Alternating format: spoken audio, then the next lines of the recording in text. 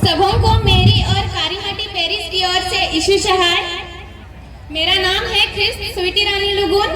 मैं कारीमाटी पेरिस से बिलोंग करती हूँ। आज का हमारा स्पीच कंपटीशन का टॉपिक है 10वां आज्ञा का चौथा आज्ञा।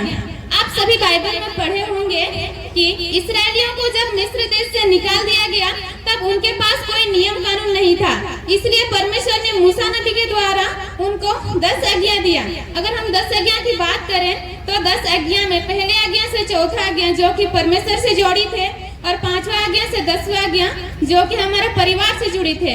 निर्गमन की पुस्तक उसका 20 अध्याय उसका 8 पद में परमेश्वर कहता है कि तुम विश्राम दिन को पवित्र मानने के लिए स्मरण रखना।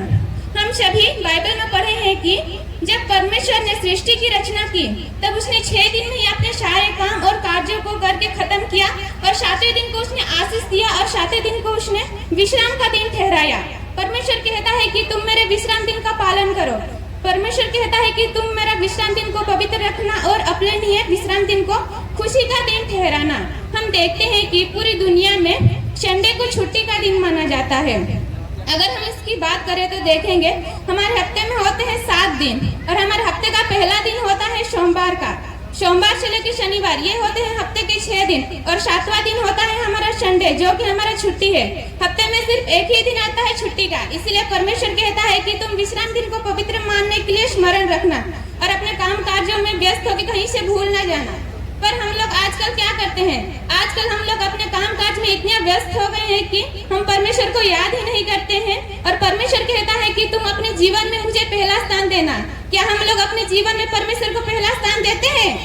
नहीं। आजकल हम अपने पहला स्थान देते हैं मोबाइल को। परमेश्वर कहता है कि तुम 6 दिन अपने सारे काम और कार्यों को करो और परंतु 7वें दिन मेरे भवन में आना ताकि मैं तुझे आशीषित कर सकूं और तेरी हर जरूरतों को पूरा कर सकूं। परमेश्वर कहता है कि तुम विश्राम के दिन पवित्र रखना और मुझे स्मरण करना। हम परमेश्वर को स्मरण नहीं करते हैं। परमेश्वर हमें कहता है कि तुम 7वें दिन मेरे भवन में जरूर आना। हम परमेश्वर के भवन में जाते हैं। कुछ लोग ऐसे होते हैं कि चर्च में जाते हैं, वहाँ पे बैठते हैं पर उनका शरीर बैठा होता है लेकिन उनका मन आत्मा इधर उधर भटकता होता है। इसलिए परमेश्वर कहता है कि तुम जब मेरे भवन में आना तब अपनी उपस्थिति में बैठना। एग्जाम्पल के तौर पे हम देखेंगे कि जब हम एक मोबाइल को एक चार्जर से कनेक्ट नहीं करेंगे वो चार्ज नहीं होगा।